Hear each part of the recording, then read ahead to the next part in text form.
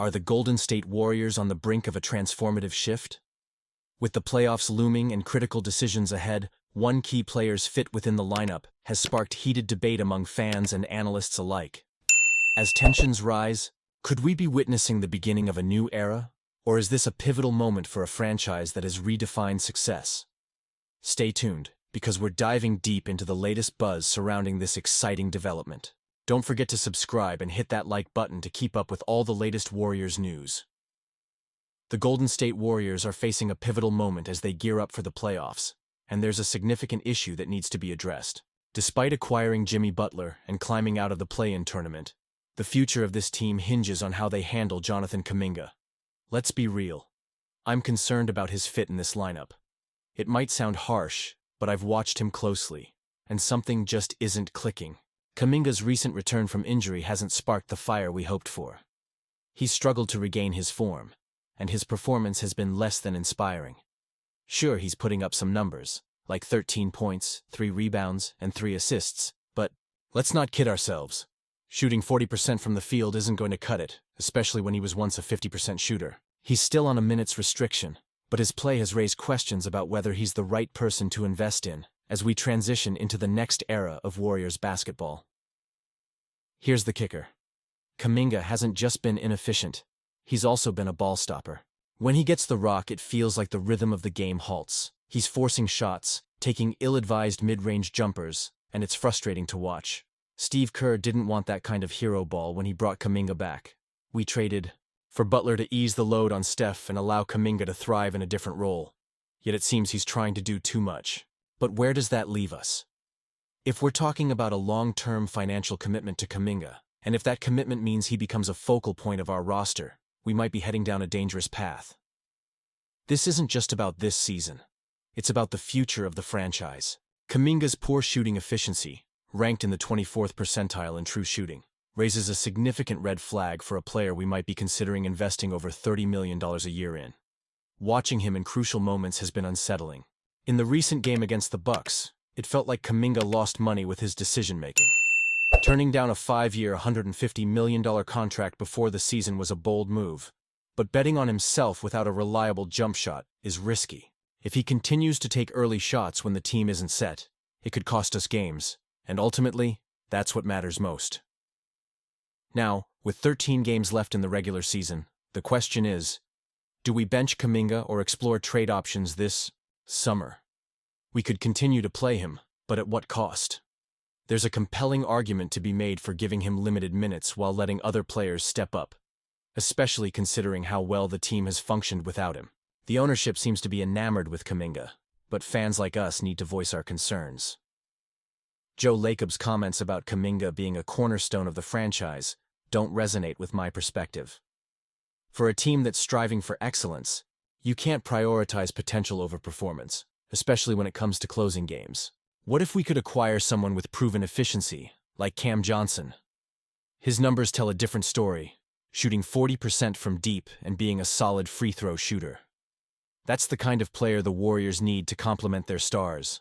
It's time to have a serious discussion about whether Kuminga's potential outweighs the immediate contributions of players who can genuinely help this team contend for a championship. As passionate fans, we can't ignore the reality of our situation. If we're serious about winning, we need to demand accountability. The conversation about Kuminga is more than just about one player. It's about the direction of this franchise. I want to hear from you. Do you think we should keep him or trade him? Type K for keep or T for trade in the comments below.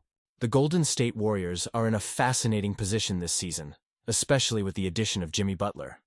After a blazing start to the 2024-25 campaign, the Warriors seem to have stumbled a bit, grappling with injuries that have pushed them below 500 by the trade deadline. But then, Butler's arrival gave us a spark. A renewed hope that maybe, just maybe, we can still contend for another championship. But here's the question that weighs heavily on all of us. Is the supporting cast around Steph Curry and Jimmy Butler truly championship material? We know what Curry brings to the table in the playoffs. He's a game changer, a threat that keeps defenses up at night. Jimmy Butler, even at this stage of his career, still has that playoff grit and skill set that can elevate the game of those around him. Draymond Green, always the heart of the Warriors' defense, will certainly do his part to make an impact. But beyond this trio, the Warriors' depth leaves much to be desired. It's not the strength in numbers era we once celebrated. Let's talk about Moses Moody. He's likely to be a key starter. But can he really step up as the defensive stalwart this team needs? His shooting struggles since Butler joined the team are concerning. If Moody can't hit those open threes or defend elite ball handlers, it could spell trouble for Golden State. His impact might not show in flashy stats, but I assure you, if we make any playoff noise, he'll be crucial. Then there's Jonathan Kuminga. It's tough to gauge where he stands right now. He's been battling injuries, and he's still trying to find his rhythm after a lengthy absence. His recent performance hasn't instilled much confidence, and with the playoffs around the corner, he needs to find a way to contribute consistently. The reality is, for the Warriors to reach their full potential, Kuminga must become that reliable fourth scorer alongside Curry, Butler, and Green. But can he embrace the role that demands defensive tenacity and smart finishing? The clock is ticking. And let's not overlook Brandon Podziemski. With some of the team's previous backcourt options gone, he's been asked to shoulder more offensive responsibility. Can he step into the spotlight during the playoffs? His ability to hit open threes and defend effectively will be pivotal. If he falters, the Warriors could be looking at a diminished backcourt. Speaking of specialists, Gary Payton II is a mixed bag. He's a defensive force, no doubt, but teams still don't respect his outside shooting. If he can maintain that recent uptick in his three-point shooting, he could be invaluable. But if he reverts to being the liability we saw before Butler's arrival, it might cost him valuable minutes in crucial games. Buddy Hield is another name to consider. His role is crystal clear. If he's knocking down shots, he's in. If not, well, he could find himself on the bench. His defensive struggles could become a glaring issue, especially in playoff matchups where every possession counts. And we can't forget about Quinton Post. The surprise find of the season, Post has shown he can shoot the three with confidence. But can he hold up defensively against the bigger bodies we'll face in the playoffs? His perimeter shooting could help space the floor, but we need to see if his defensive game is playoff ready. As for Kevon Looney, he's been a steady presence, but his role might shift depending on matchups. He's invaluable against teams that struggle to score, but he could find himself sidelined against more dynamic offenses. That's just the nature of the playoffs. Now let's touch on the energy wildcards. Gui Santos has shown promise but lacks the consistency to be relied upon night in and night out.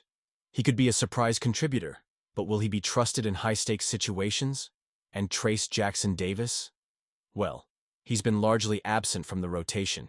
He needs to find a way to regain the coaching staff's trust if he hopes to get meaningful minutes in the playoffs. So, here we stand, Warriors fans. This season, our hopes are intertwined with the performances of these supporting players. Will they rise to the occasion, or will the weight of the moment be too much? Do you think this was the best decision? Honestly, I'm torn. The potential is there, but the questions loom large. And you? What do you think? I want to hear your opinions down below. How do you feel about the Warriors' chances this playoff season? Are you optimistic about our supporting cast? Let's have that conversation. Don't forget to activate the notification bell to get all the latest updates. Like, share, and subscribe to stay connected with all things Golden State Warriors.